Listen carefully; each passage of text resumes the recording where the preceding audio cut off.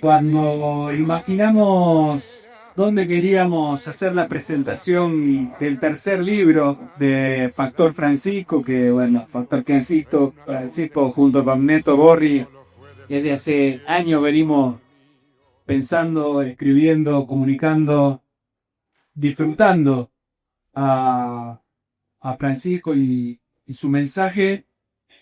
Este tercer libro que para nosotros es muy importante por varios motivos, que muchas gracias acá, agua vamos a necesitar, se saluda otra bebida también, pero no, pero que las implicancias políticas del pensamiento de Francisco nos parecía que el mejor lugar para poder hacerlo era así, en ese lugar, ni siquiera en el bello escenario que también tenemos acá a la izquierda, sino en una charla de café, ¿no? En una charla también compañera.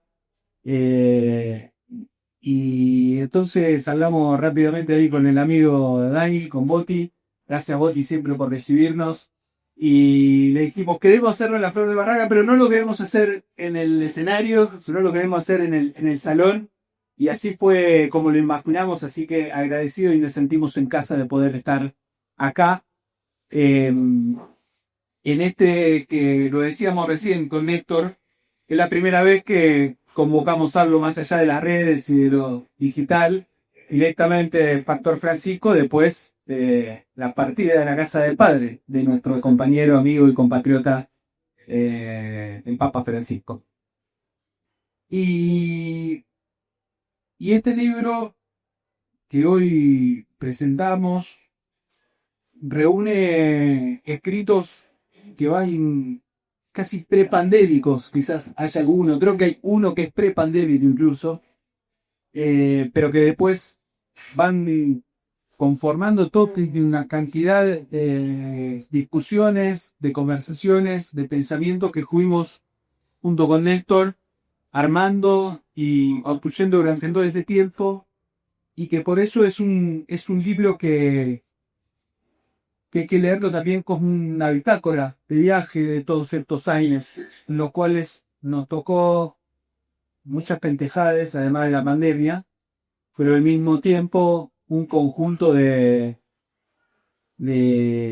imágenes, de encuentros, que fue Francisco quien los fue generando y que creo que ahí hay un un gran tesoro, lo podemos decir de un modo un poco más frío, un activo estratégico o un tesoro, una luz para poder pensar este tiempo también que tenemos por delante.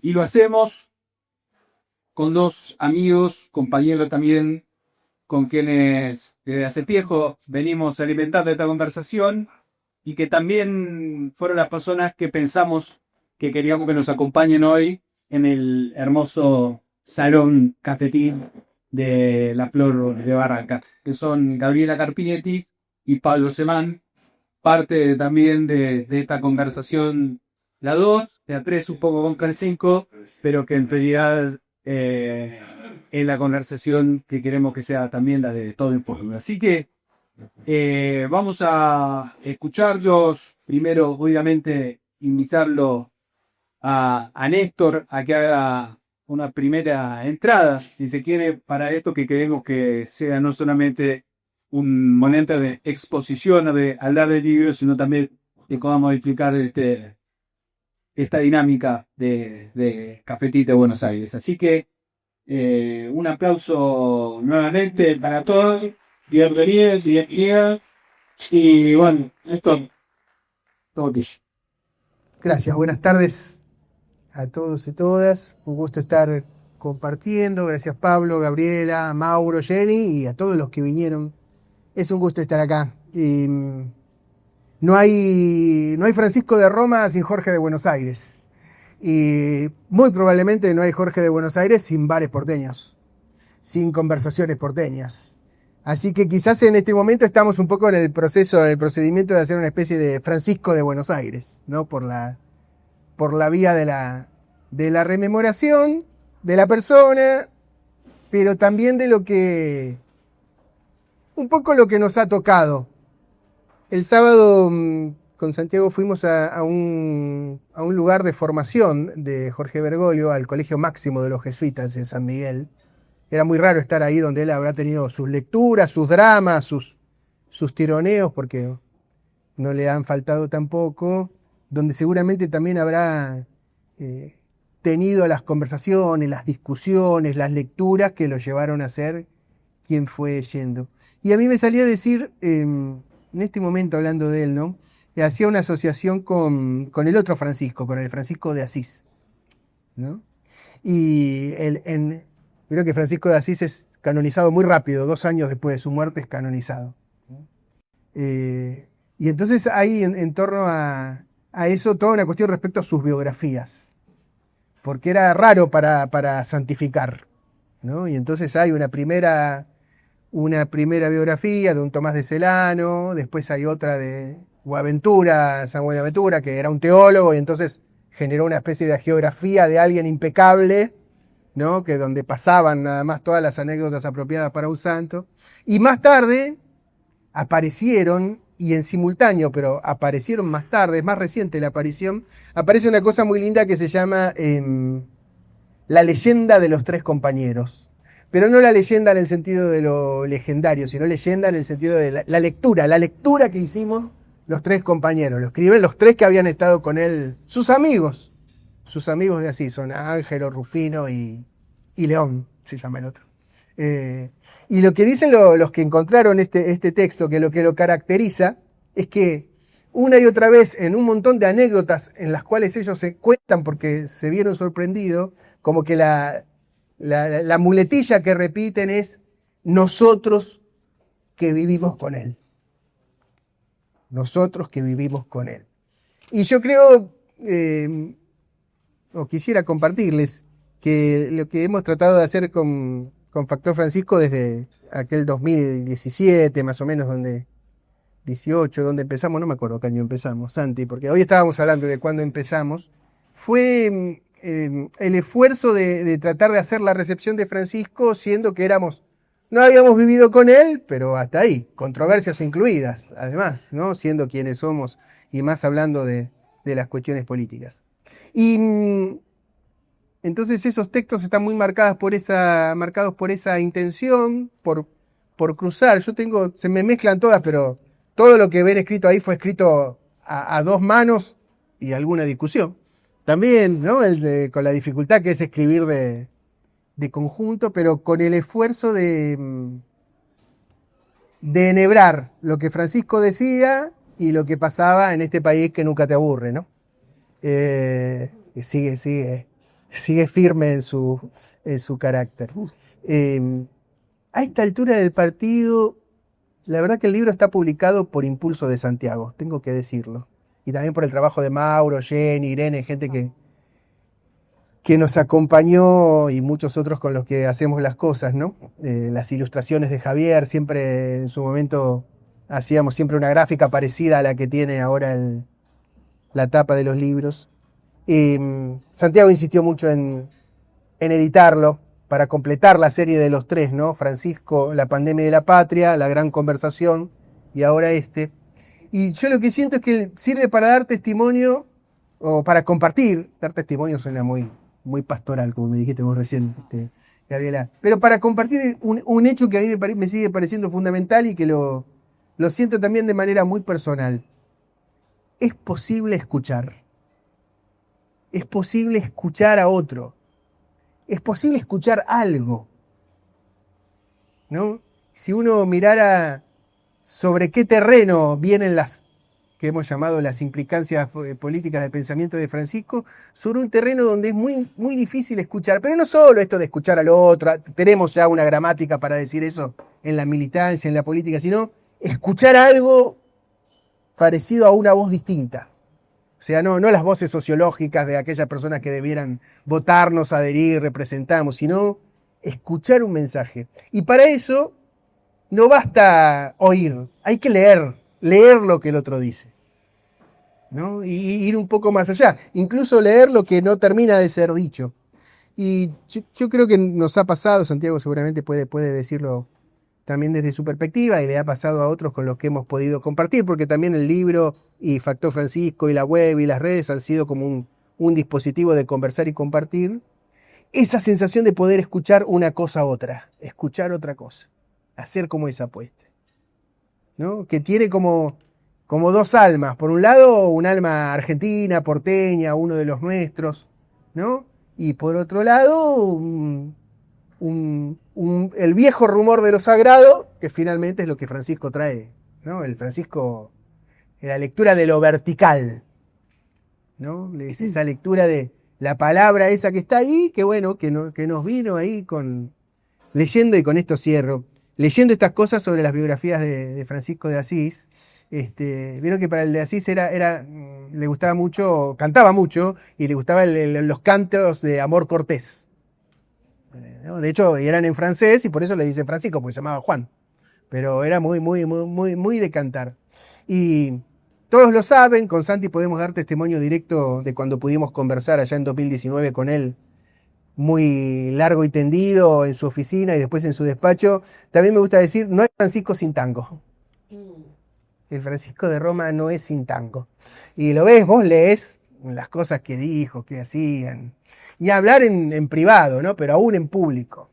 Hay uno, después de la muerte aparecieron los 1000 Reels, ¿no? Que es como el nuevo formato. Y hay uno donde una nenita mexicana, así muy formal como son a veces los mexicanos en el mundo de iglesia, le pregunta, ¿qué es lo más importante para la vida de un cristiano? Y Francisco pone una de esas caras así, medias pícaras que solía poner, y dice, el aguante, ¿no?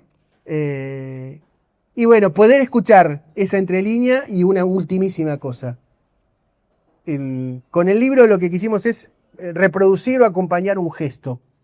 Y una cosa que me parece que el lenguaje de Francisco es profundamente gestual. Todo lo escrito es gesto. Además de, uno podría decir, la caravana o el evangelio de gestos que hizo, sorprendentes, desconcertantes, raros, que hizo a lo largo de su papado, pero aún la escritura me parece que es un gesto. San Agustín decía, decir cosas con palabras es como cuando te pican los dedos. No se sabe, después que te empezás a rascar, no sabes cuál pica y cuál rasca. Y entonces ahí el tema de recuperar en la palabra y en el mensaje la gestualidad, la que sostiene el fondo de lo que se quiere decir, es central. Así que el gesto que quisimos hacer también nosotros, recopilando esa escucha, es el de compartir la suerte, el gusto, la gracia, la alegría y sobre todo la posibilidad de escuchar. Así que eso. Gracias, y bueno, los dejamos a Pablo y a Gabriela. Vamos para compartir. Dale nomás, la idea quizás sean una o dos vueltas, así Ahí que va.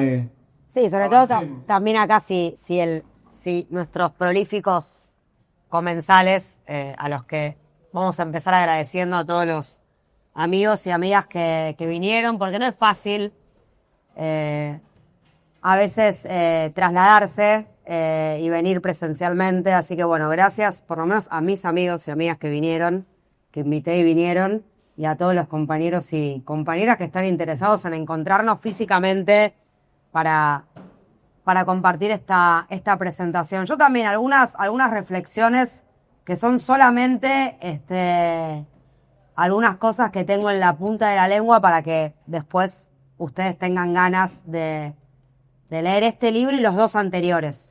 Es una trilogía. Así que en realidad yo voy a compartir algunas pinceladas que me sugirió el libro a mí al leerlo. Primero, destacar el esfuerzo de Santiago y de Néstor, que además de ser cristianos, creo que como identidad primaria antes de la política, ¿no? Sí. Me parece. Por conocerlos a ambos de hace mucho tiempo, la identidad cristiana es superior a la identidad política en ellos. Y no es siempre así en los militantes. Hay muchos militantes políticos que llegan a través de la política a la fe cristiana o a la fe de otro credo, de otra religión. En ellos, por lo que sé, díganme si me equivoco, creo que no me equivoco, por lo que me dijeron recién y por lo que sé, llegan a la política desde la fe cristiana. Y eso no es menor. no es menor porque este es un libro realizado por dos personas que ya son hace mucho tiempo, diría, la mayor parte de su vida tiene una identidad vinculada a la política, ya a esta altura, pero logran, como militantes cristianos y políticos, logran descapturar a Francisco de esa imagen a veces medio detenida en la que quedó. Ya no creo, a partir de esfuerzos como este y de tantos otros y de la propia obra de Francisco, obviamente, pero por lo menos en un momento acá en Argentina, desde el inicio de su papado, había quedado medio atrapado en la grieta que ya por ese entonces, cuando él asume, estaba muy instalada, en el 2013. Y que él ya la traía siendo Jorge, porque no es que la grieta en relación a Francisco arranca cuando él asume como papa, él ya traía la mochilita esa de la grieta antes, ¿no? Con él, de él, por él, bueno, qué sé yo, digo, podemos hablar un montón de cosas de Jorge antes de Francisco y de Jorge después de Francisco, ¿no? Pero el problema de la captura de Francisco ya venía de antes, de cuando él era arzobispo, ¿no? Y de historias anteriores. Y cuando él asume como papa, y yo después voy a contar una anécdota personal de ese día, porque una de la primera pregunta que les dejo a la hora de leer al libro es ¿cómo llega Francisco a la vida de ustedes? Porque es re lindo pensar en eso también, cómo estas figuras trascendentes de la historia universal, cómo llegan a sus vidas, por qué conectamos con estas personas, por qué se meten en nuestras vidas, por qué nos interesa leer, seguir su obra, por qué las repetimos, por qué traemos frases de él, enseñanzas, por qué vemos reels, por qué nos seguimos emocionando viendo videitos, ¿no? Porque nos pasa eso, nos sigue pasando eso con Francisco. Y es cómo llegó Francisco a sus vidas. Si existía antes Jorge en sus vidas, no sé, se me ocurre preguntar eso, ¿lo seguían a Jorge Bergoglio antes de que sea Francisco? ¿Lo leían? Porque él viene escribiendo hace un montón y viene hablando hace un montón antes de ser papa. Y yo creo que hay un gran logro en esta producción de Néstor y Santiago, que es que logran descapturarlo de forma histórica.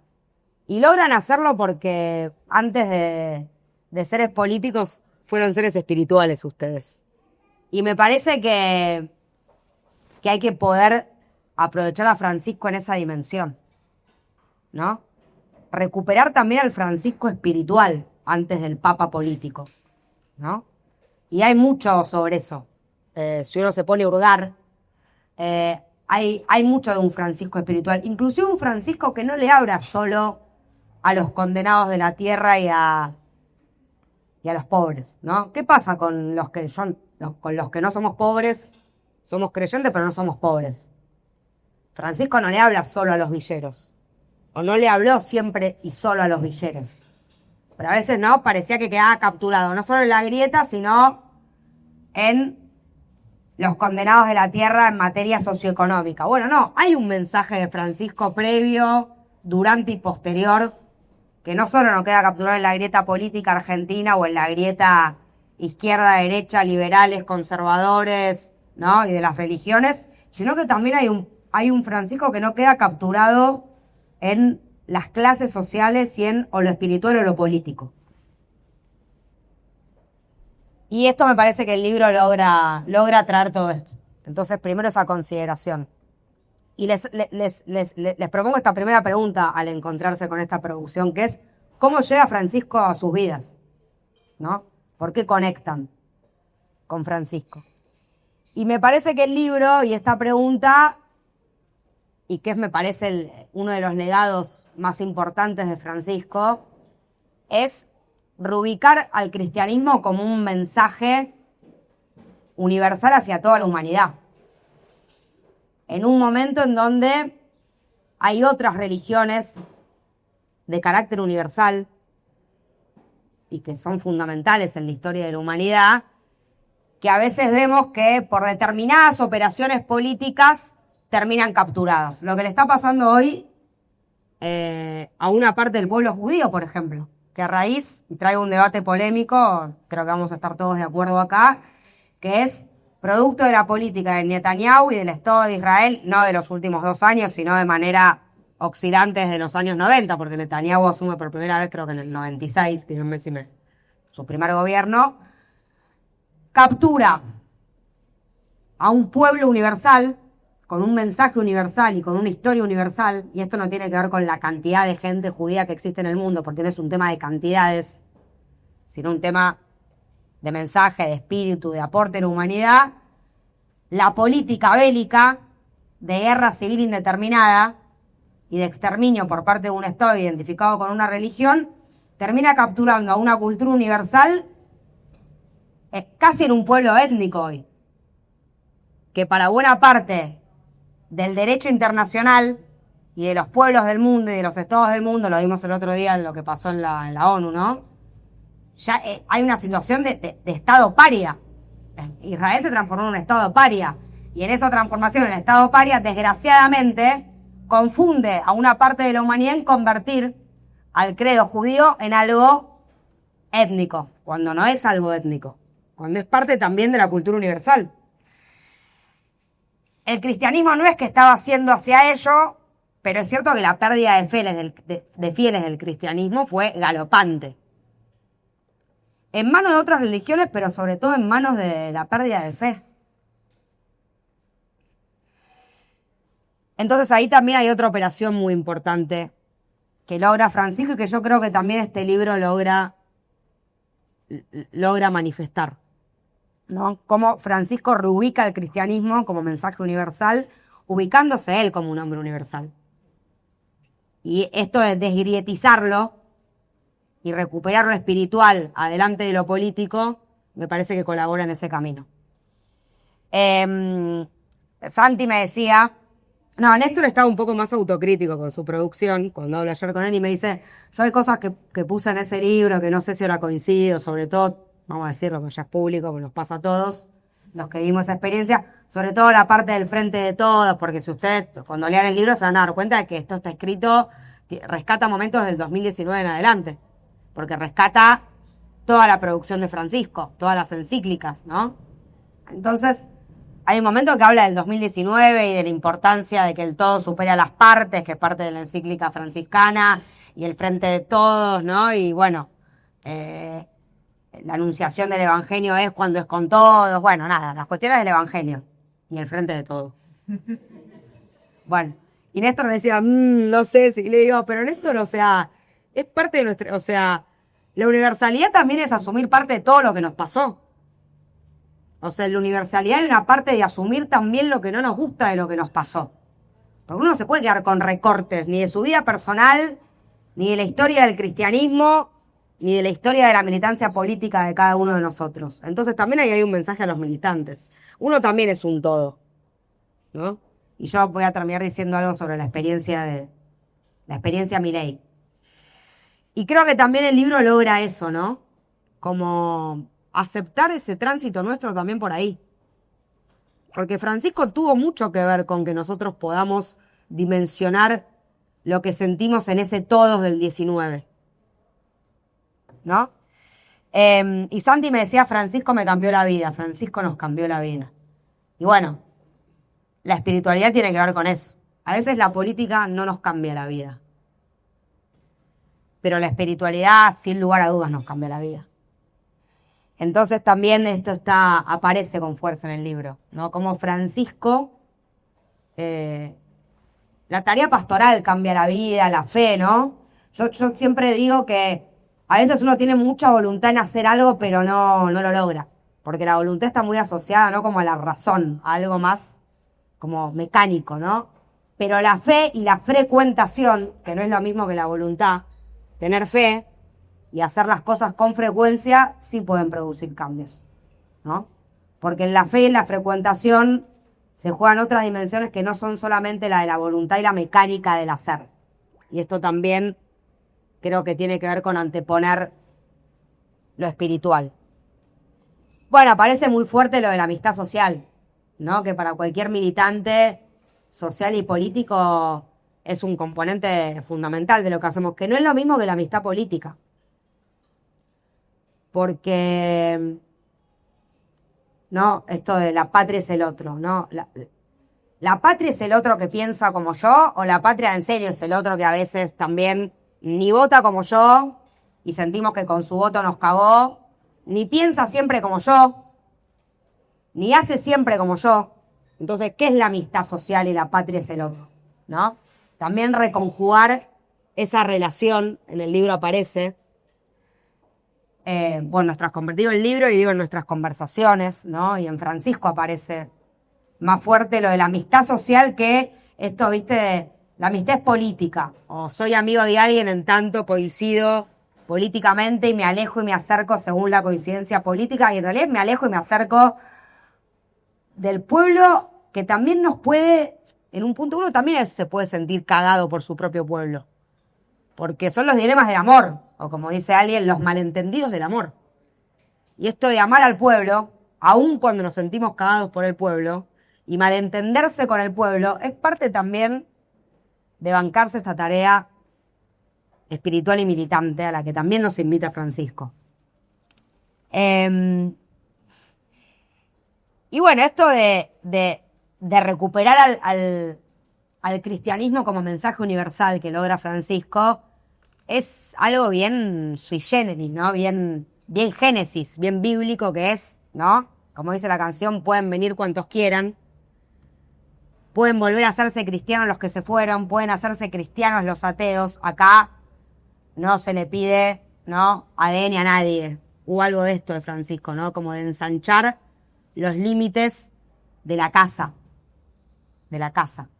Y por eso abrirse a las discusiones en materia de diversidad, en materia de género, bueno, todo lo que implicaron los inconclusos también, encuentros sinodales, se dice, ¿no? Sinodales es correcto, sinodales, bueno, los encuentros sinodales inconclusos de Francisco. Y un poco yo les quería contar, porque yo llegué desde un lugar muy político, Francisco, a diferencia de Néstor y de Santiago. Mentiría si diría, no, porque yo lo seguía a Jorge Bergoglio desde la cuna, o, viste, no sé, cantaba la marchita de Jorge, nada que ver. Ya de bebé. Ya de bebé no. Para mí todo lo de ya cada vez alguien que te dice ya de bebé, para mí seguro no de bebé. Bueno. Yo estaba, a mí me cuento esta anécdota porque los invito a esta idea de cómo llegó Francisco a sus vidas. ¿Qué nos pasó el momento que nos enteramos que había un papa argentino, no? A mí me pasó que yo estaba en Roma. Ese mes estaba en Roma. Estaba viviendo en Italia, estaba en Roma en marzo del 2003. Y trabajaba en un bar cerca del Vaticano. Y iba todos los días al coso del bar del Vaticano, que trabajaba en un bar. Y vivía con mis tíos que vivían en Roma, en una casa como en las afueras de Roma, un departamento, en la estación Anagnina, de la línea B, ¿no? Del subte, creo que puede ser. Bueno, la naranja. Bueno, entonces y el Vaticano quedaba en la otra punta, tenías que hacer la combinación con el azul, qué sé yo. Bueno, entonces yo veía, qué sé yo, no sé, y el día de la Fumata Bianca estoy ahí en la piazza San Pedro. Estaba ahí, estaba yendo al bar a trabajar de camarera, veo la fumata. Me llama mi tío. Mis tíos de allá son comunistas. Y me dicen, esto es la revolución. Yo que estaba no te digo que pensaba, como Juan Cabandí en ese momento, ni como Estela Carlotto, ni como Cristina, que fue como una noticia incómoda para el movimiento de derechos humanos. Lo de Francisco al inicio fue una noticia incómoda. Pero yo veía que mis tíos comunistas me estaban diciendo que esto era, no sé, más o menos lo mejor que le había pasado a Italia después, no sé, no te digo, viste, pero una cosa, claro, una cosa tipo, no sé. Entonces a mí ese mensaje que me estaban dando mis tíos me impactó y me puse a leer las redes y veía que el movimiento de derechos humanos y el kirchnerismo, bueno, y todo eso se me fue, ¿no? Se me fue configurando como una idea bastante, como decir, esto de la grieta argentina en relación a Francisco, al toque se apareció la grieta. Bueno, y así llegó Francisco a mi vida, en una forma medio comunista, vamos a decir. Y bueno, y después de ahí como que ya seguí, como estaba en Italia y ese año pasaba todo lo de la pedusa, lo de los migrantes, fue realmente algo fantástico. tan fantástico que hoy, o sea, Meloni, que si vos entrás a la página de los cristianos, está en la misma bolsa que los cristianos, Trump, la derecha y qué sé yo, no puede sino reivindicar todo el tiempo también el mensaje de Francisco. Entonces, realmente el nivel de transversalidad, de transpolaridad, fue muy fuerte el que generó Francisco. Porque creo que logra anteponerse como un hombre universal y espiritual antes que todo lo otro. Sin resignar una propuesta de un nuevo orden mundial. Porque esto es lo más interesante. Francisco no se resigna nunca a pronunciarse sobre un nuevo orden económico, antisistémico, hablando del medio ambiente, de las relaciones humanas, hablando de casi todo. Dejó muy pocas cosas sin decir.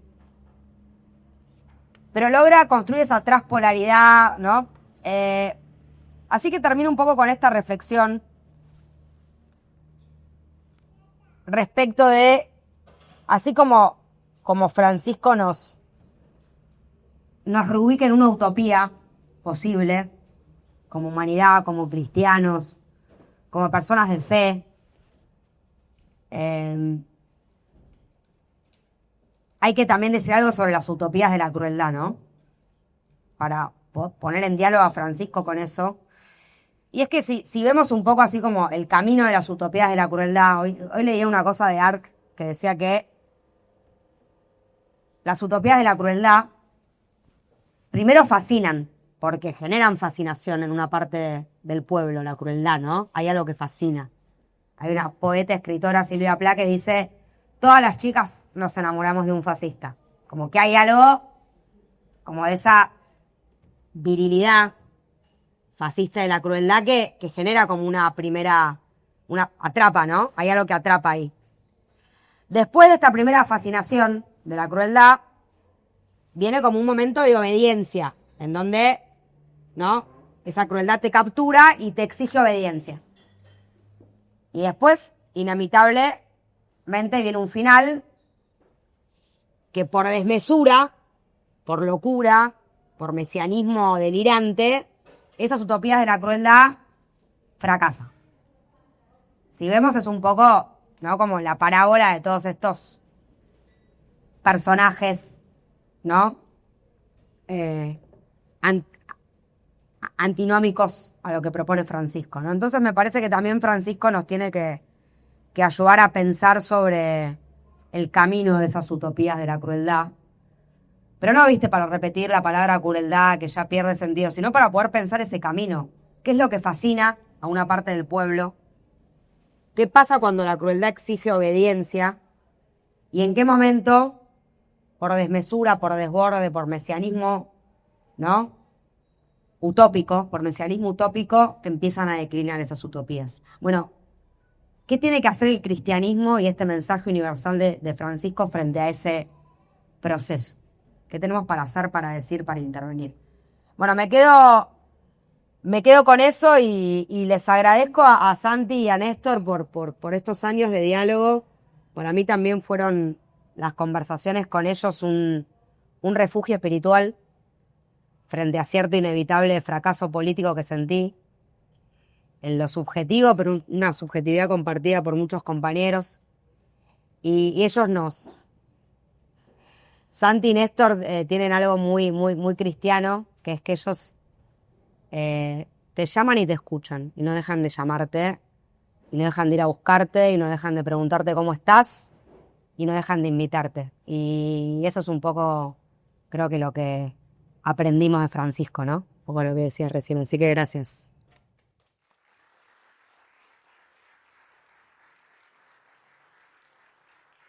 Naves, perdón, después quizás esa otra vueltita más.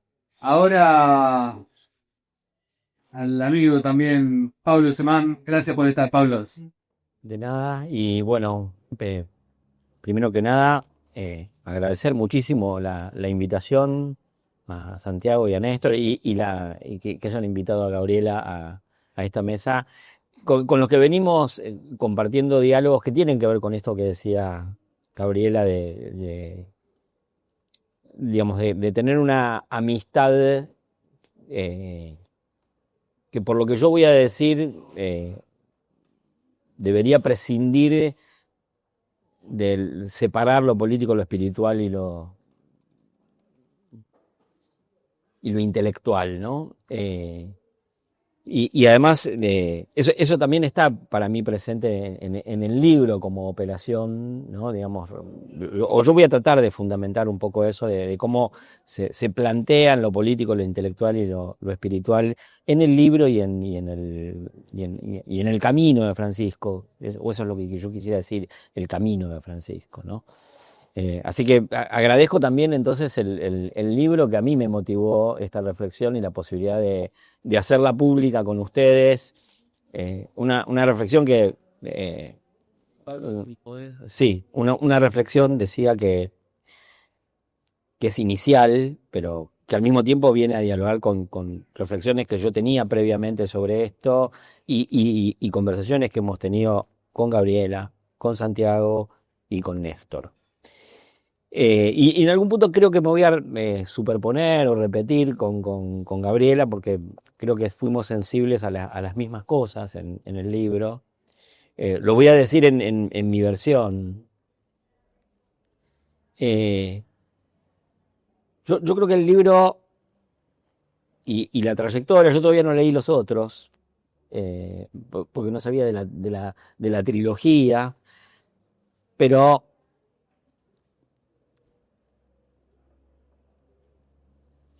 es una tentativa lograda de hacer algo que también hace Francisco y de dar cuenta de algo que hace Francisco, que es permitirnos a todos nosotros salir del camino de las imposturas, ¿no? Y es más, yo creo que el peor peligro que tenemos nosotros en la relación con Francisco son las imposturas, no sé, desde... la invocación de una espiritualidad propia de que aquel que no cree en Dios le cree a cualquier santo, de adoptar los signos externos de la religiosidad y también las imposturas políticas de, qué sé yo, la patria es el otro, pero ¿tenés a la empleada doméstica en blanco? No, entonces la patria no es el otro, ¿no?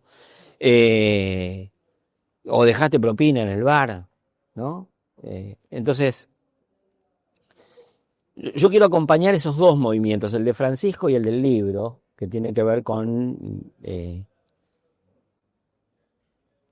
ver en movimiento a Francisco. Y para mí, aparte de ver en movimiento, quiere decir en parte poner de manifiesto lo que yo entiendo por lo espiritual, en mis lecturas, en mis impresiones sobre el camino de Francisco. Insisto en esta figura del camino, ¿no? Entonces digo, uno podría plantearse, siguiendo como una división muy estanca de las cosas que yo creo que no es correcta, que Francisco fue al mismo tiempo político, intelectual y pastor, ¿no? Y cuando uno ve cómo encarna esas figuras, uno se da cuenta que le da un contenido diferente a esas figuras y una relación diferente a esas figuras, porque, claro, no se puede decir... no, Francisco es un político, entonces poner en el centro, no, la rosca que armó Francisco, ¿no? ¿Viste? Los cardenales que dejó, hizo una unidad básica, es peronista, ¿vieron que es peronista Francisco? ¿Cómo que no va a ser peronista si eligió un montón de cardenales que iban a elegir y además lo hizo entrar al otro y reguló hasta el nombre? Creo que, o sea, hasta puede ser una versión del Francisco político, pero no creo que sea la principal versión del Francisco político. Y esto, entre otras cosas, sucede porque, de nuevo, yo presto bastante atención y en esto hay un diálogo, sobre todo con Néstor, en referencias comunes, que yo las encontré en Francisco sin saber que estaban en Francisco, pero se lo leí a él y lo escuché a él decir esto, que es...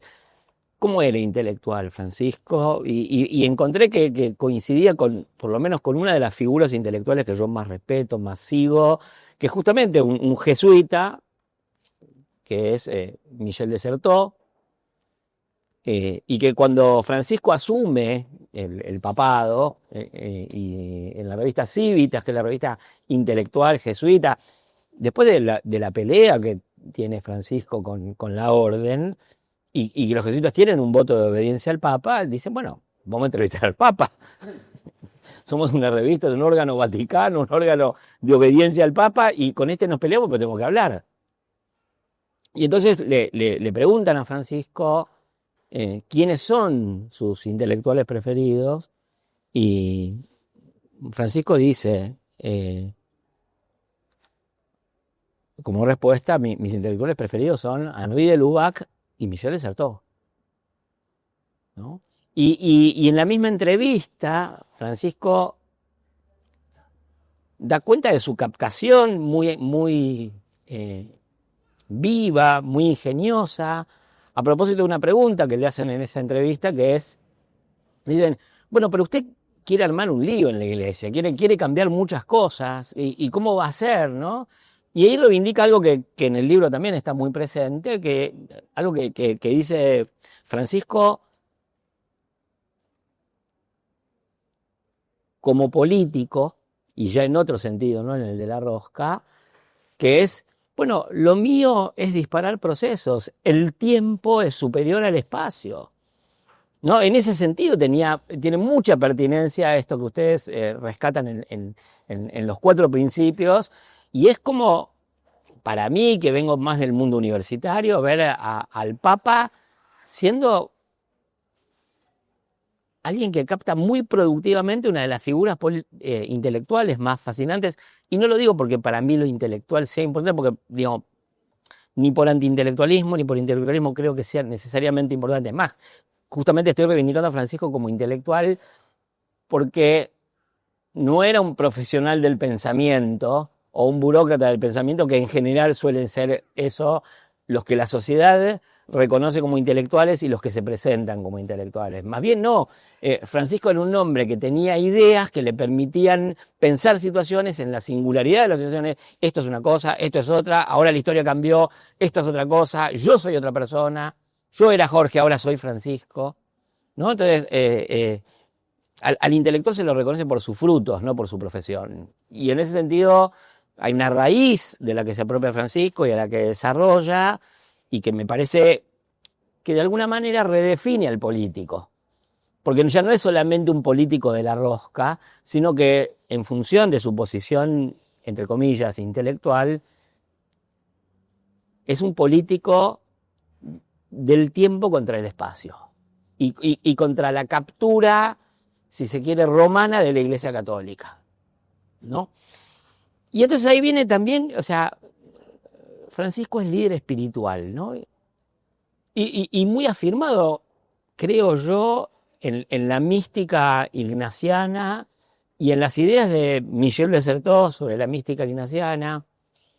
Y quiero decir 2 palabras que quiero leer sobre la idea de espíritu, que a mí me parecen buenas. Perdón si yo voy a demorar en esto 7 horas. Ustedes tómense un vino, piden unas empanadas, y yo ya voy encontrando mi frasecita. Una primera cuestión sobre lo espiritual, que es hay un libro que se llama ¿Por qué Marx tenía razón? Y habla de lo espiritual en Marx, ¿no? Dice: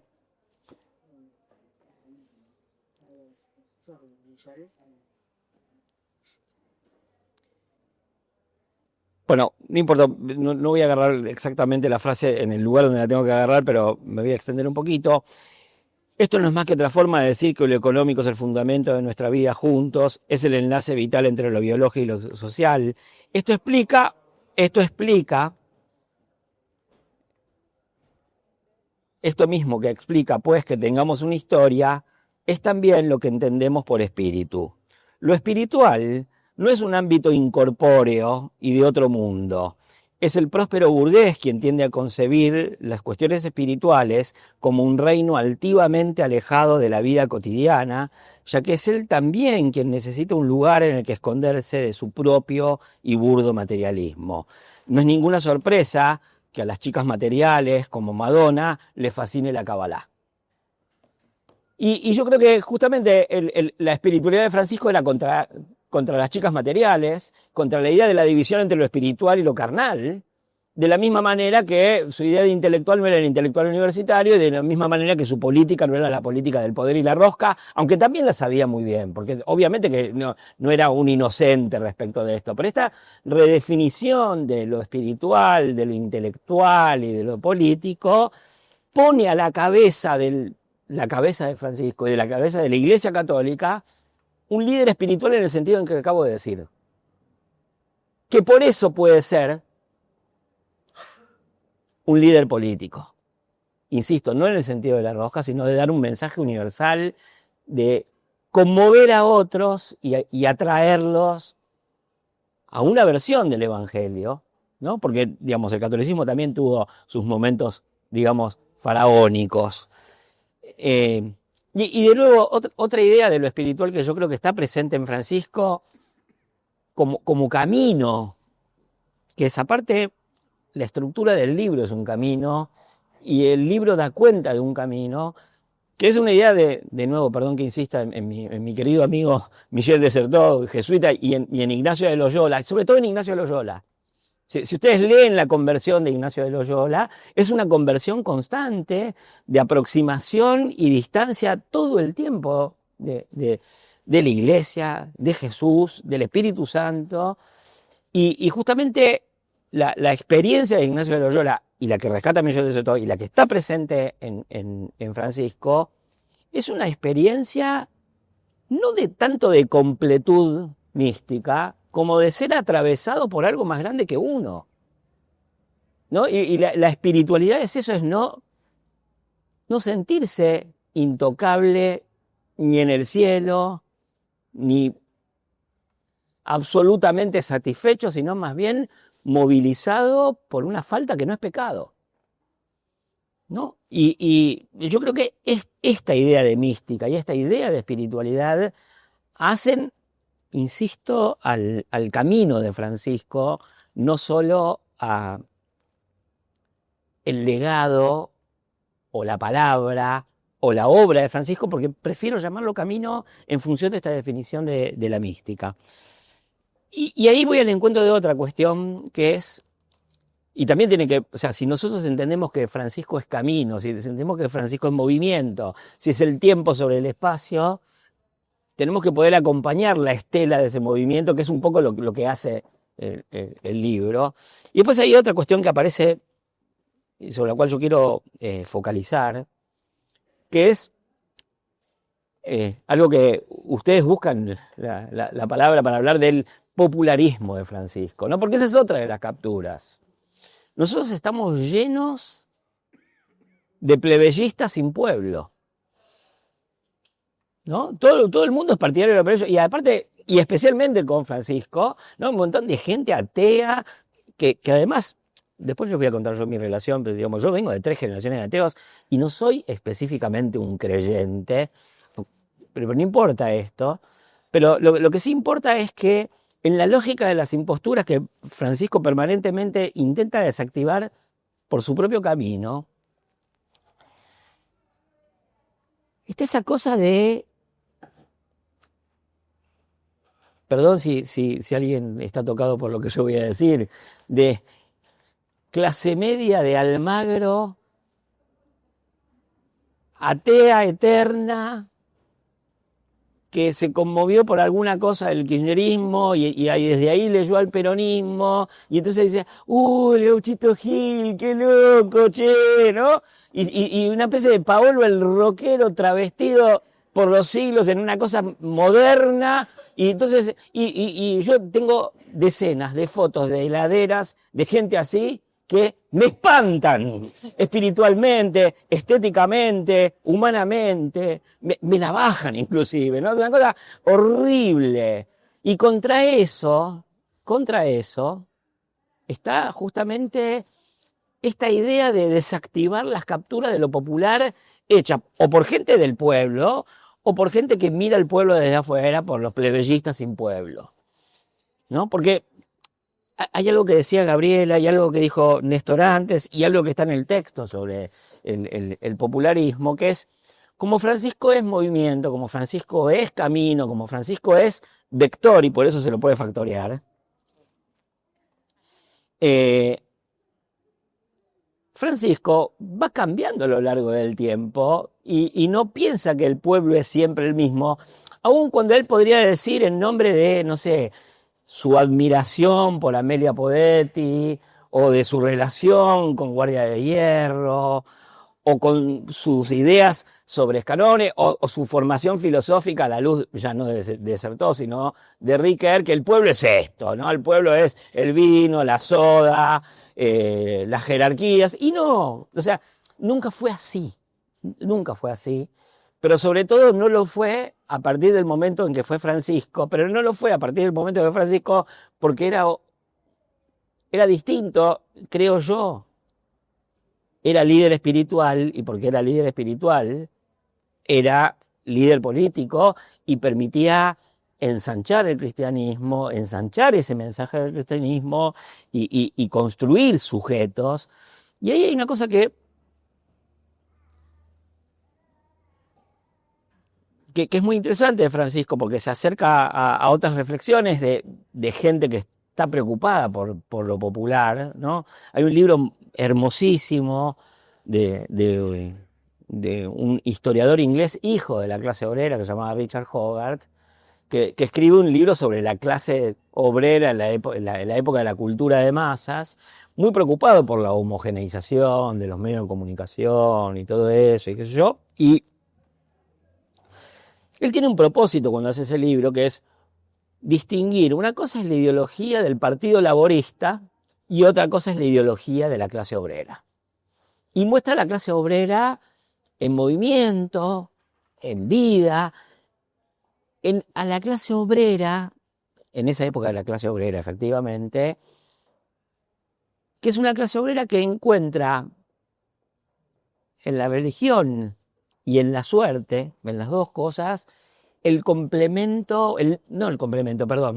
plus de vida que hace que toda vida sea gratificante de vivir, que valga la pena vivir. Eso que trae la suerte, eso que trae el Espíritu Santo, ¿no? Y que hace entender que esa clase obrera y luego las clases populares tengan una afinidad con este planteo de la mística cristiana que yo estoy viendo o tratando de hacer ver en Francisco, a partir de justamente esta idea sobre el popularismo de Francisco, porque Francisco no es plebeyista, Francisco no estanca, no congela la imagen del pueblo en Perón, los Caniche, la parrilla, Evita, ¿no?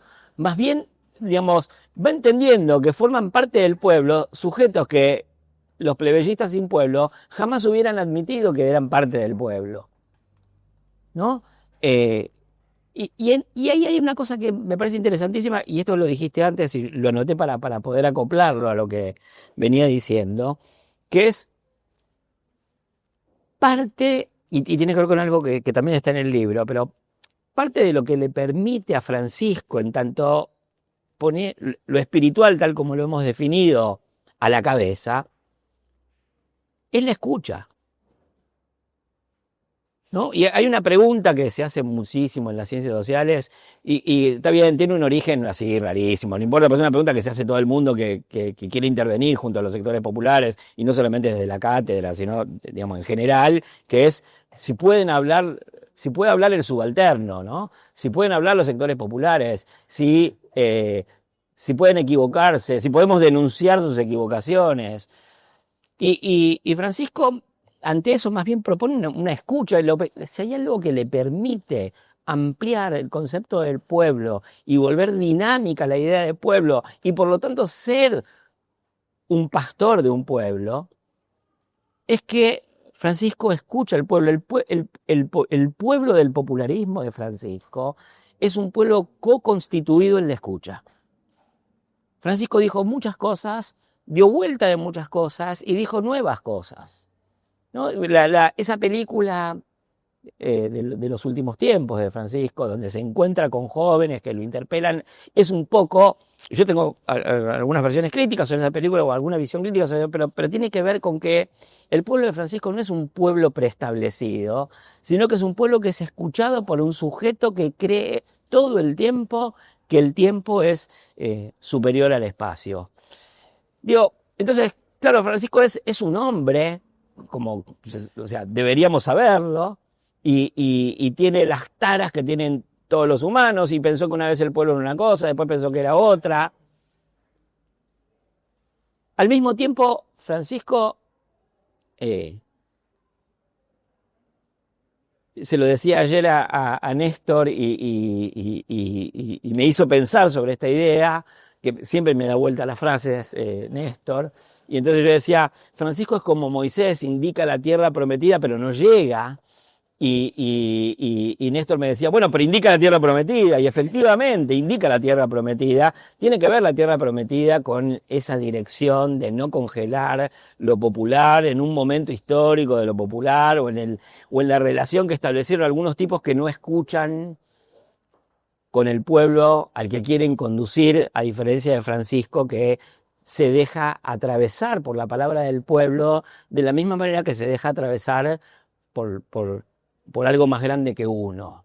Y con esto termino diciendo, yo creo que la mayor enseñanza de Francisco, y en donde todos podemos ser Francisco, de la misma manera que todos nos podemos preguntar cómo podemos ser como Cristo, es justamente en esa escucha activa, comprometida, que nos permita salir de nuestras propias imposturas y del congelamiento de las imágenes del otro, en las que en general vivimos cuando hacemos la política entendida como rosca, como instrumento, y no como relación, y no como, si se quiere, acto de amor. Verdaderamente, ahí sí, la patria es el otro, porque el otro me atraviesa. Francisco se dejó atravesar, y yo creo que todos ustedes, y todos nosotros, y yo también, permanentemente tenemos que tener esa posibilidad y acogernos a esa posibilidad.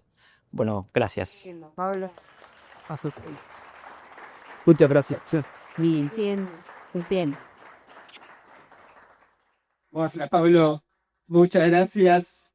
Antes de abrir, porque bueno, estamos hablando de la escucha, queremos escucharla también. Sacamos una rondita de vino, si a alguno le falta, lo pide, levanta la mano, va a invitación de la casa. No facilita, pero sí Claro, exactamente. No, pero entonces agregar alguna cosa que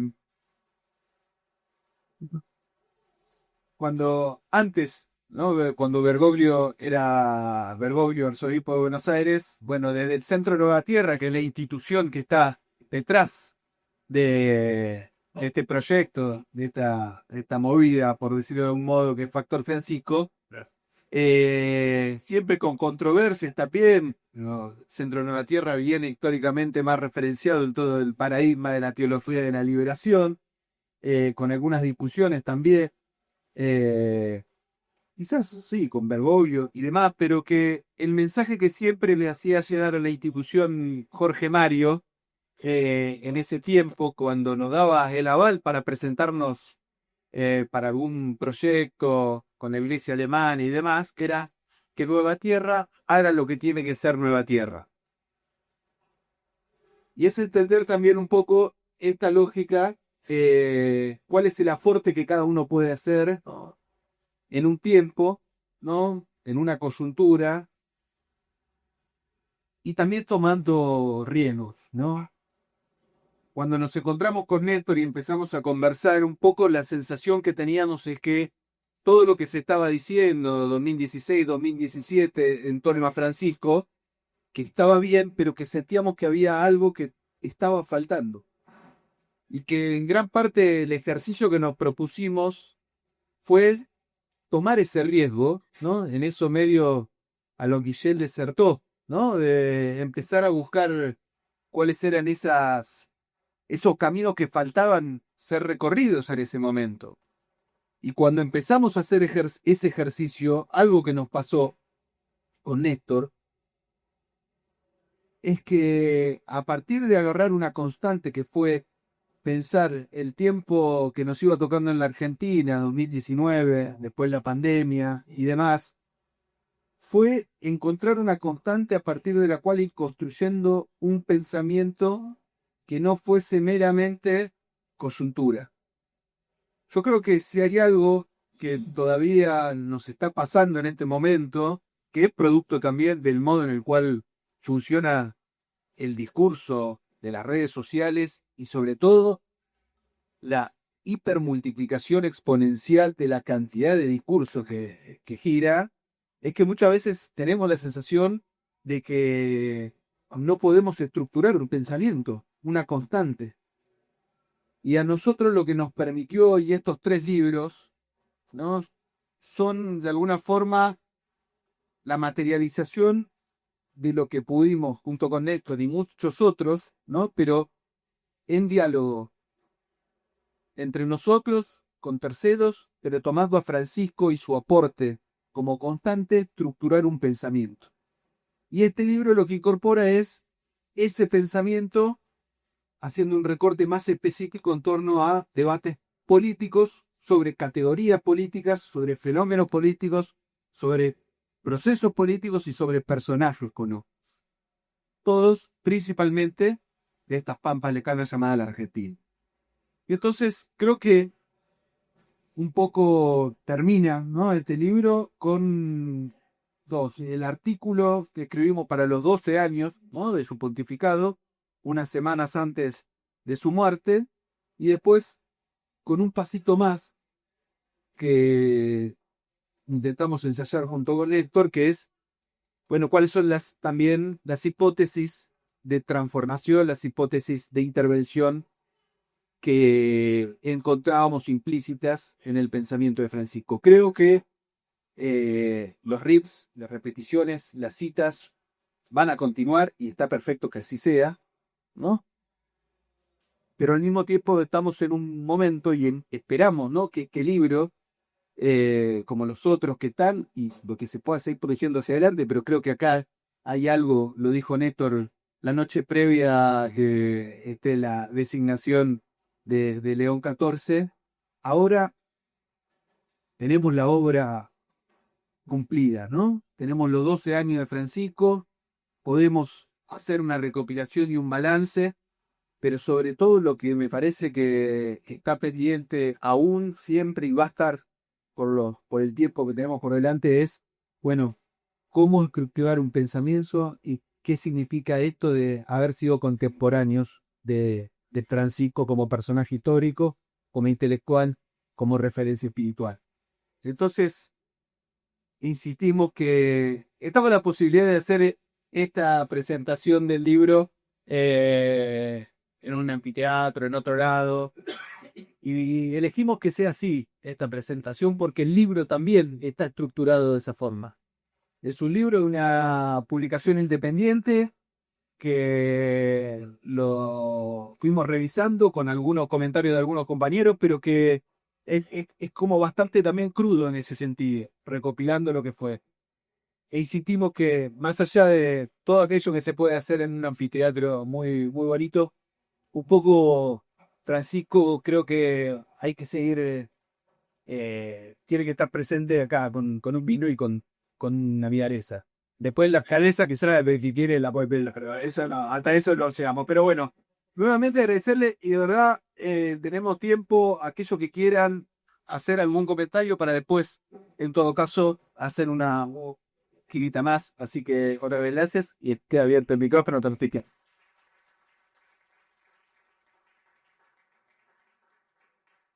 No. Acá Gabriela dice, ¿cómo llegó Francisco a su vida? Es medio como un título de telenovela, ¿no? Yo tengo una con eso. Yo tengo una con eso tremendo, porque de mínima tengo que decir que a mí llegó, no Francisco, sino Bergoglio, por sus, para decirlo con la palabra suave, adversarios. Bueno, para eso. Sus compañeros adversarios jesuitas. Juan Luis Moyano, Piche Meisegeyer y Orlando Llorio. Claro. Y digo sus adversarios para no decir sus enemigos, ¿eh? Yo digo con mucha franqueza porque es mi experiencia. Llegó de ahí. Todos saben quiénes son ellos. Bueno, Juan Luis Moyano y Pichi Meisegeyer. Pichi Meisegeyer es el jesuita que sucedió a Mujica en la Villa de Retero. Juan Luis Moyano era el director del CIAS cuando Bergoglio... cuando me conoció a mí. Y Orlando Llorio es uno de los 2 curas de los cuales está acusado de haberlo entregado a las Fuerzas Armadas. Así que, si es por entrar por un lado complicado, No se entra. ahí está. Así que también fue para mí todo un trabajo de de reinterpretar, ¿Te construiste? de pensar, claro, algo así como de construir. Escuché. El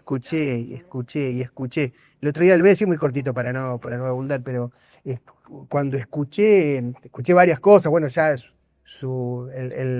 la sucesión de gestos de su asunción fue tremenda, pero hubo una cosa que dijo después en su Angelus, que después nosotros están en la carátula de Factor Francisco en la web, ahora la web no se ve tanto, se ve en las redes, cuando dijo el Angelus, donde dijo, una viejita me dijo que Dios no se cansa de perdonar, es una anécdota más larga, pero ahí pude escuchar lo mismo que había escuchado en aquellos que se le habían enfrentado, que estaban de mínima profundamente heridos por eso. Y entonces ahí para mí hubo una cosa y después un poco leyendo a contrapelo gestos, ¿no? Y palabras y eso, así fue el encuentro. Eso diría así en breve, Gabriela, respondiendo a tu... Está bueno. De manera, sí, trabajosa. Trabajosa. Bueno, aparte... Todos contamos sí. cosas como novias. Alguien quiere contar, ¿no? Está bueno que alguien cuente. No, oye. Y bueno, él está contando que llegó No, está bien. por el grupo de... Novia. Novia. ¿Alguien cosas quiere contar novias. cosas novias? Quería preguntarte, más bien, que eso, si en algún momento de todas las entrevistas que generamos, hubo alguna constante que fue inesperada, que se vuelva a hablar dentro de todos los temas con todas las personas, ¿entendés? Aparte, obviamente, del Papa Tático, ¿no? Pero siempre se recurre a un tema, hay algo de lo que se habla siempre, no sé. Me resultó ahí una incógnita. No, a ver, algo que nos pasó no solamente en las entrevistas, sino en general, porque también Factor Francisco fue como una especie de muy desarrollo ese sentido, la posibilidad de haber recorrido en este momento, o que principalmente ha sido un diálogo muy amplio, pero muchas veces con compañeros peronistas, ¿no? Del panperonismo, de lo que sea. Y convengamos que los últimos, del 2018 a esta fecha, han sido tiempos complejos para poder recorrer los diferentes ámbitos y baldosas del peronismo. Y Francisco sirvió siempre como una especie de, a lo Charly García, como un símbolo de paz. Como la posibilidad de habernos movido desde la CGT, las zonas políticas, los PJ y los diferentes ámbitos, y siempre encontrando como la posibilidad de generar una excusa de conversación. Y dentro de eso, muchas veces nos pasaba de poder habilitar un diálogo en torno a lo espiritual en un montón de compañeros militantes que quizás no encontraban el ámbito para poder hacerlo. Al punto de que muchas veces casi que teníamos que frenarlo para decir, no podemos confesar. Nosotros, no, o sea, hasta acá podemos llegar, pero porque de verdad, había muchas veces compañeros que a partir de la conversación en torno a Francisco, muchos conectaban, bueno, el caso más concreto es el de Pedro Saborido, que Pedro Saborido conectó con su infancia y la mojita tercermundista de Herli, donde él hizo el primario. Y a partir de Francisco y con nosotros encontró el código como para poder indagar y construir y avanzar, quizás recuperar algo, y algo que también estuvo como muy vedado, quizás como bloqueado, y que sobre todo, porque si hay algo de lo que sabe el cristianismo es de cómo atravesar tiempos de derrota, ¿no? Y no es casual que Factor Francisco, como muchos compañeros, hayan reconectado con una dimensión más espiritual en lo que fue primero el macrismo y ahora también en este tiempo. Es de qué nos nutrimos en los momentos en los cuales no nos sirve tener solamente un frente para la victoria, por decirlo, porque lo decíamos en el primer momento con Néstor. ¿Qué pasa cuando justamente hay los tiempos de derrota? ¿De qué nos agarramos? ¿De qué nos aferramos para no perdernos y bajar un poco los brazos? Entonces, si se quiere como una constante es, lo dijiste vos, David, en que Francisco está mucho esta discusión y esta diferenciación entre la necesidad de la primacía de lo político en detrimento de lo ideológico. Pero vos decías, aún más abajo, en todo caso, de lo político, aparece como toda esta otra dimensión que es lo de la espiritualidad y la mística. Bueno, creo que si hay algo que fue medio como una constante fue eso, es cómo habilitar, sobre todo los compañeros que tienen un compromiso militante, sea social, político, cultural, volver a conectar con eso que, sobre todo en los momentos de derrota, se transforma en algo vital. Ahí me parece que dijiste, Santi dijo otra cosa. Usted se hacía la pregunta de, che, ¿cómo llevó Francisco la vida de cada uno? ¿Cómo llevó Francisco la vida de cada uno? En esta operación de descapturar a Francisco de la grieta, de todas las grietas, ¿sí? También las que impuso el cristianismo faraónico, busco esa definición de Lister, un cristianismo faraónico, así como hablé de la política del Estado de Israel que vuelve paria a un pueblo universal, pero el pueblo judío. También hay que hablar del cristianismo faraónico y cómo Francisco logra. Hay algo muy central que es, hablamos de captura y hablamos de reels, de desbloquear, ¿viste? Hay como un terreno en donde cuando vos llevas un militante político y social a la escena más espiritual, la confesión más espiritual, estamos más o menos todos en el mismo lodo, ¿no? Balanceados, por ese término, ¿no? Y esa operación de desbloqueo nos reencuentra. Pues también esto de no se bloquear, algo muy, o trabajar con el lenguaje actual, el desbloqueo, ¿no? De hecho, ahí lo veo a Néstor, que es un amigo con el que me reencontré. Le hablamos un poco de estas cosas. Yo quería decir dos cosas más. Primero, que esto, para desbloquear la distancia que muchas veces nos generó la política y, ¿no? La distancia entre nosotros como militantes, la distancia con el pueblo, producto de la falta de escucha, de comprensión, de imposturas. Me parece que es muy importante entender que para hacer buena política no hay que entender que no todo es político, ¿no? Entonces, ahí hay una clave importante. Después hay otra cosa que es que me parece esta idea de cuando los compañeros Néstor y Sandy factorean a Francisco, traen también esta idea de que el orden de los franciscos no altera el mensaje. Era un poco lo que les contaba Néstor recién de cómo llega a Francisco o cómo Francisco llega a él. El orden de los franciscos y el orden de las experiencias vitales de cada uno de nosotros no alteran el mensaje que en definitiva venimos también cada uno de nosotros como sujeto a traer a este mundo, ¿no? Y esa piedad para con cada uno de nosotros y para nosotros, por nosotros mismos, es muy importante. Eso a mí me parece muy cercano para a Francisco y a nosotros mismos, ¿no? O sea, el orden de las cosas que nos van pasando configuran un mensaje que definitiva es como, ¿no? Esa flecha que le dejamos en el aire de la experiencia vital propia para la humanidad. Nada, eso quería decir que también en la lectura del libro me trae eso, el que el orden y los franciscos mantienen esa. Ahí no, pero Pablo y después. No. Mira, dale. No, dale. ¿Querés el micrófono? Dale. La luz.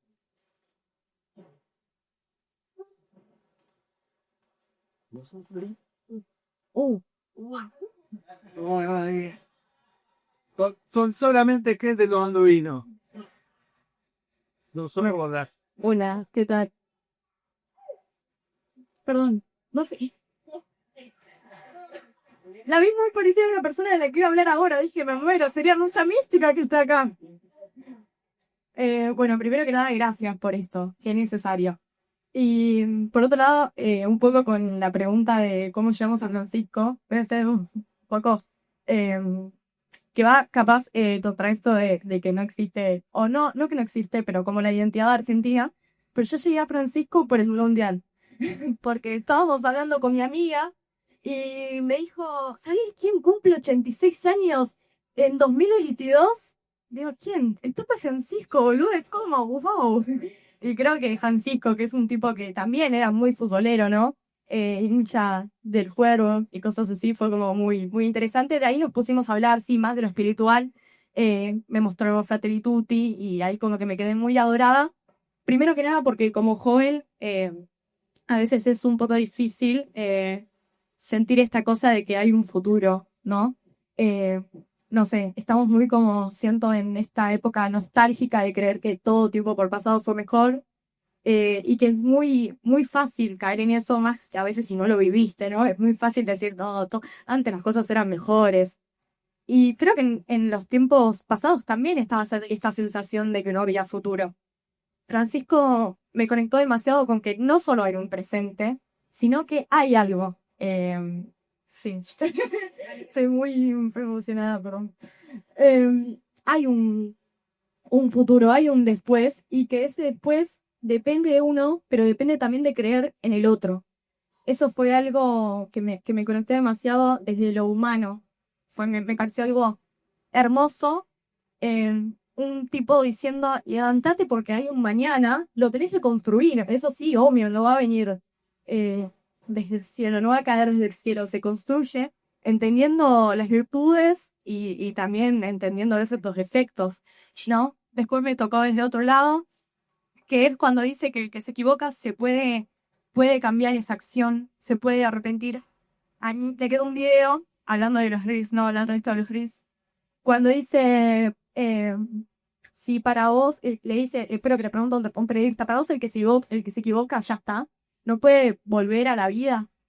El periodista se quedó, uy, es una pregunta bastante polémica. Y él dice, por supuesto que no.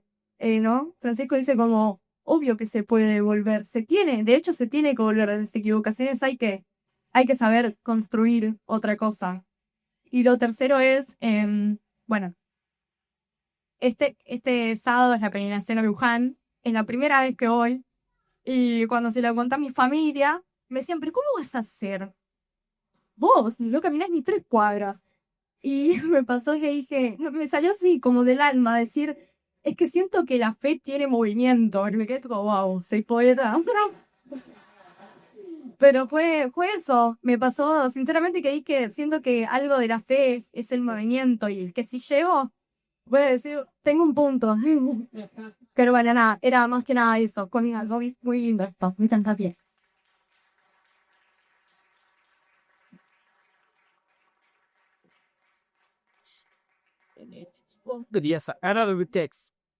Gracias. Gracias. Sí, allí. ¿Alguien más quiere decir algo? Yo lo vi ¿Quién era?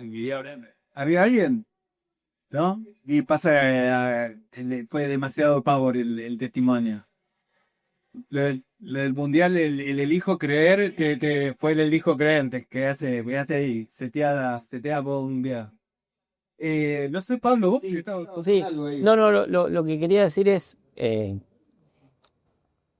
creo que es interesante pensar también cómo llegó mucha gente a Francisco por diversas aperturas que tuvo Francisco, ¿no?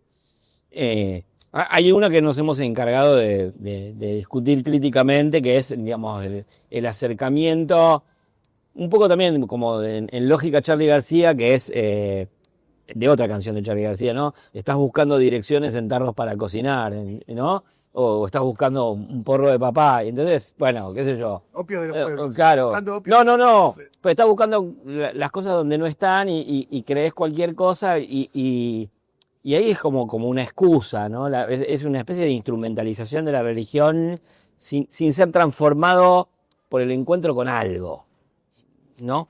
Ahora, también hay otra cosa que yo pensaba que hay encuentros más interesantes que estos, y uno tiene que ver con una cosa medio cómica, pero que yo en Roma también, que es, se empezaron en una época a hacer chistes sobre Francisco, pero chistes no irónicos, no destinados a desgastar a la figura papal, que también lo sabía, sino, por ejemplo, un tipo que se hacía una mudanza y llevaba una heladera, y entonces venía Francisco y colaboraba y se ponía la heladera al hombro, ¿no? Francisco era el hombre bueno del pueblo, y hay una identificación con eso. Y yo pienso, para el cristianismo europeo y para ese catolicismo europeo, a veces tan congelado en las formas y otras veces tan congelado en la ONG, ¿no? Que un tipo pusiera en juego una ética cristiana era importantísimo. Y después, más del lado de las Américas, yo fui a Paraguay cuando Francisco hizo su visita a Paraguay, y me encontré, por ejemplo, con jesuitas que no sé si habían sido sus amigos o sus enemigos, pero en todo caso tuve entrevistas interesantísimas con sacerdotes jesuitas que lloraban contando su encuentro con Francisco, y esa me pareció otra forma del encuentro. Y después había otra cosa que me pareció también muy interesante, que era la relación de los niños de las escuelas con Francisco, ¿no? Hay algo que porque en Francisco nosotros enfatizamos a veces la palabra, y como decía Néstor, hay que tener en cuenta que a la palabra la precede un gesto, y Francisco, con ese gesto permanente que tuvo de que llamaba a cualquiera por el celular, y todo el mundo podía pensar que Francisco lo iba a llamar por teléfono, yo creo que practicaba un poco el juego de la aparición y la desaparición con la que, por ejemplo, el cristianismo se relaciona con la Virgen, ¿no? Y practicaba una especie de encantamiento micro que hacía mucho que no existía en el cristianismo católico, donde otro de los problemas del catolicismo fue su desencantamiento. Si el único Cristo que vale es el Cristo que lucha, y se transforma en una especie de Che Guevara mezclado con Bob Marley, bueno, entonces Cristo no es Cristo. Cristo es también el que tiene que ver con Juan el Bautista, contorsionándose y expulsando serpientes y haciendo milagros y carros de fuego que corren en el espacio, ¿no? Que son palabras bíblicas, digamos, y que tienen que ver con devolver la posibilidad del encantamiento a la percepción, y que Francisco lo practicaba por la vía de una intimidad, ¿no? Discretísima, singular, que llegaba a cada uno. Y con esto quiero agregar algo más, que es, creo que parte del popularismo de Francisco, quiero decir algo que me olvidé de decir, tiene que ver con eso de hablarle a cada uno, ¿no? Porque el pueblo de Francisco no es un pueblo masa, es un pueblo de sujetos, con cada uno con sus deseos y sus individualidades. A alguno puede no gustarle eso porque cree que el individualismo y el colectivismo son, o sea, el colectivismo es una tribu de gente que está, y el individualismo es, no, pero no es eso. Más bien, Francisco incorporó al cristianismo de una forma muy activa, a través de una serie de reconocimientos de diferencias, las figuras del deseo de los sujetos. Y ese diálogo íntimo que él podía tener, como por ejemplo con ese sujeto que era, ahora no me acuerdo, pero que había transicionado de España, era eso, ¿no? Entonces había, por un lado, un ensanchamiento del pueblo en su diversidad, pero también un hablarle a cada uno. Eso permitió muchas más llegadas. O sea, Francisco abrió centenares de avenidas para que se llegara a Francisco. Eso. Para mí ahí algo agrego una última cosita antes de si alguien más quiere tomar la palabra. No, esta idea de que el encuentro solo es posible a través de la desinstrumentalización. Uh-huh. O sea, la instrumentalización del vínculo político, del vínculo humano, en realidad nos hace, nos betifica. Nos betifica y no nos abre y nos impide esa posibilidad de encuentro. Me parece importante esa idea en Francisco, la de la desinstrumentalización para producir el encuentro. Y después iba a decir otra cosa que ahora me olvidé, pero que tiene que ver un poco en el diálogo también de Francisco y Perón. Ahí me acordé. Francisco es jesuita, ¿no? Hasta donde todos sabemos. Y los jesuitas fueron una una vertiente y un camino muy importante para el encuentro entre los mundos, ¿no? Y una resignificación de ese encuentro, ¿no? De ese aluvión cultural y de esa explosión cultural que produjo el encuentro entre Europa y esto que existía acá. Y bueno, y ahí Perón y Francisco tienen un nodo común, ¿no? Acá no hay, digo, no es, ¿no? Ni la huipala de la derrota, ni la huipala del fracaso, ni la huipala, ¿no? O sea, ahí hay algo que es otra cosa que la huipala que denuncia, ¿no? Que es el tremendo poder de ese aluvión cultural, genocidio incluido. Y es esta idea del integrismo católico, que es incómodo desde una perspectiva, pero también es algo explosivo, ¿no? Es algo explosivo. Esta idea de la integración, del integrismo, bueno, muy, muy de Perón, ¿no? Perón no era un denuncista del genocidio indígena, ¿no? Había una mirada sobre la cuestión indígena muy importante en Perón, pero no era el abanderado de la huipala contra el genocidio, ¿no? Había otra cosa ahí. Bueno, y Francisco es eso también, ¿no? Traigo esto que es un tema, para Francisco el indígena es un tema muy importante en sus encíclicas, pero también es esta mirada jesuita, ¿no? Del encuentro y de la explosión que se produce en el encuentro. Yo quiero agregar algo. ¿Está, Gaby? No te Perdón, quiero ya interrumpir. está. No. Quería decir eso de- No, quiero agregar algo. Aprovecho el pie de Gabriela con las últimas menciones. En casi todo lo que hemos dicho, hemos puesto énfasis en la dimensión espiritual. No obstante, el libro se sigue llamando Las implicancias políticas de Francisco. ¿Qué me parece? Pero retomando lo que hemos dicho, y me parece que esto también cada uno lo puede experimentar personalmente. Hoy en día creo que todos lo sentimos de una manera. También es una experiencia política más generalizada de quienes participan activamente en política. Yo creo que la implicancia, lo que engancha el tema de la dimensión espiritual con las implicancias políticas es, yo lo digo así, la política tiene una fuera. La política tiene una fuera. Si no tiene una fuera, implota.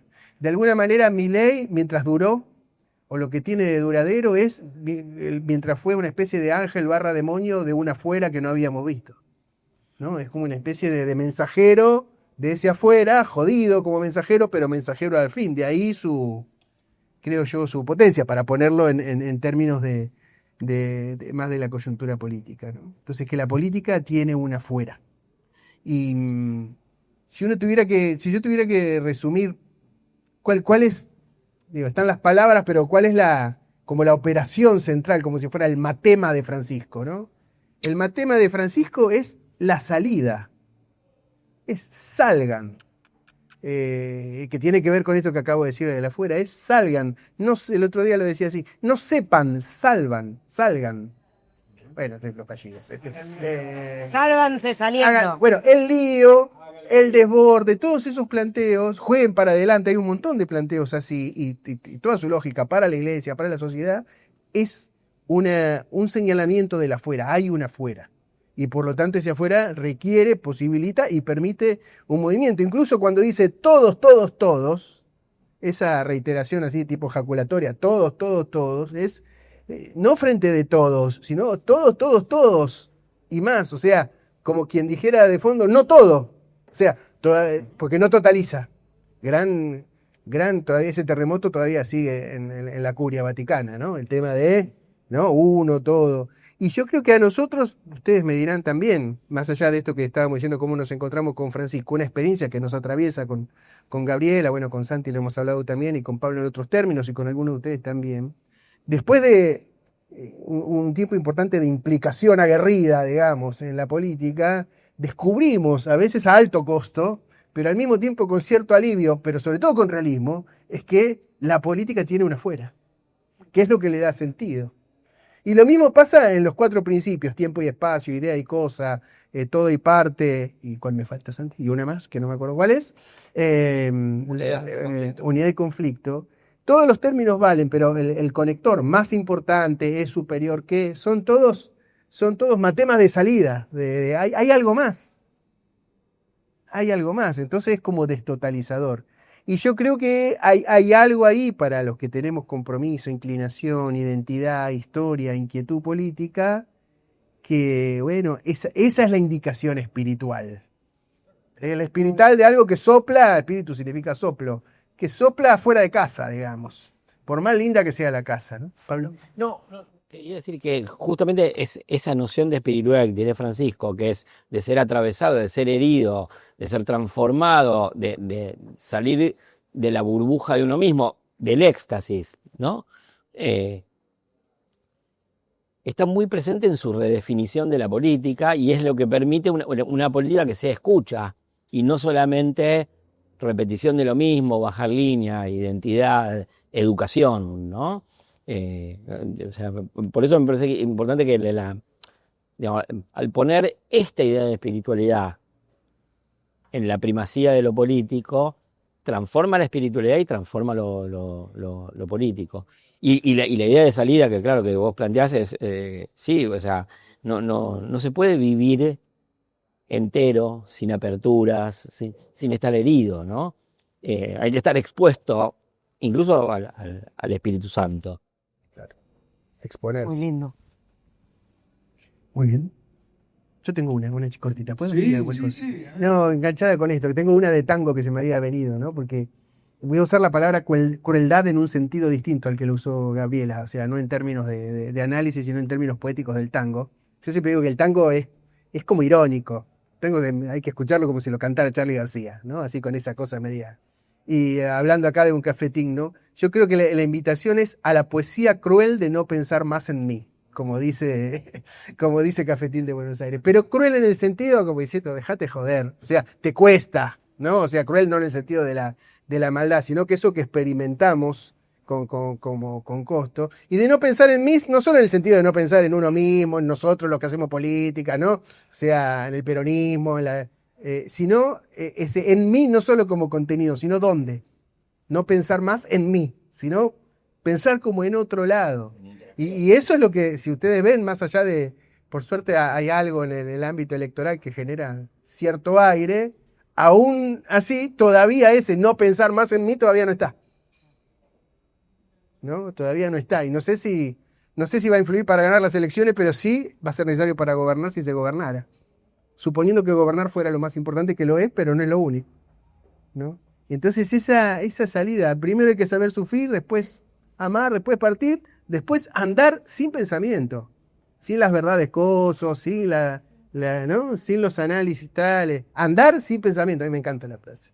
Y yo creo que algo de eso es la implicancia política que conecta con lo espiritual. Bueno,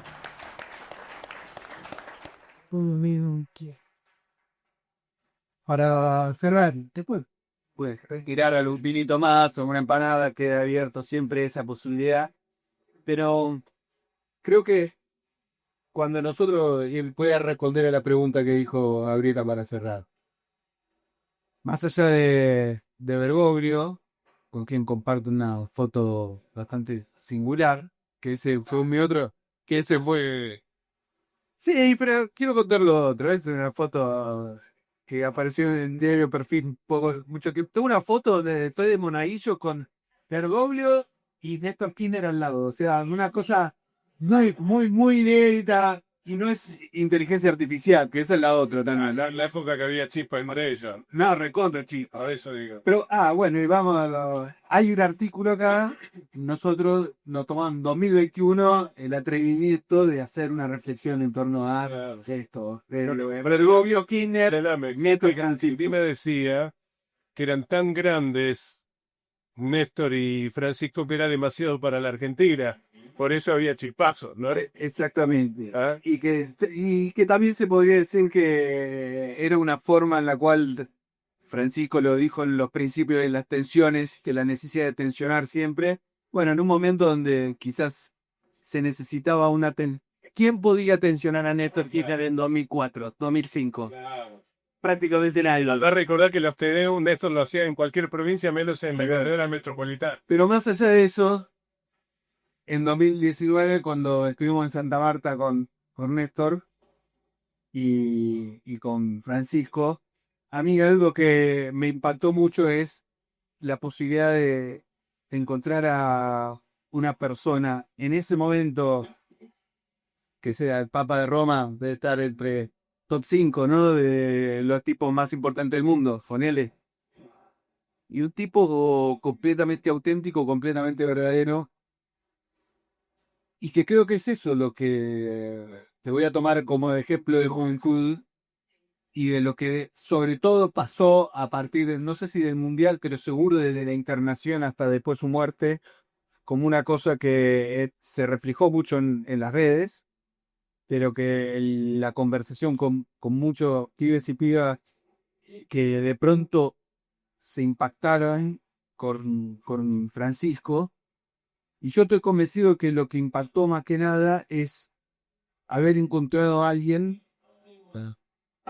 que siendo esto top 5 lo veían como alguien verdadero. En un tiempo donde está todo hiper codificado, todo hiper manipulado, todo editado, un tipo verdadero. Y en esto también el juego entre la verdad, ¿no? Que es algo tan propio también de la iglesia y de los teólogos, de buscar la verdad con mayúscula, y que no es lo mismo la verdad que lo verdadero, ¿no? Y creo que Francisco hay algo de eso, y creo que quizás es el gran desafío político que tenemos. Es cómo ser verdaderos, cómo encarnar lo que decimos, cómo cumplir lo que prometemos, cómo básicamente ser no tanto ejemplo, sino encarnar lo que pretendemos representar. Bueno, creo que si hay algo que queda como gran activo estratégico es que Francisco mostró la posibilidad de a mayor poder, mayor humildad, a mayor poder, mayor servicio, a mayor poder, algo más verdadero. Creo que si existe la posibilidad de volver a reconstruir una política que pueda representar y pueda volver a ser como lo que abre un curso de Sons hacia el futuro, por lo menos lo voy a hablar en términos argentinos, es volver a tratar de ser lo más verdadero posible. Que no significa ser pura identidad, todo lo contrario, todo lo contrario. Es La porosidad. exactamente, escucha. Así que sigue esta conversación acá. Nuevamente, Dani, agradecerte por abrirnos la puerta a este lugar hermoso, donde uno personalmente te puede imaginar a buscar tomar y entra en Sanabria. Así que muchas gracias otra vez y la seguimos.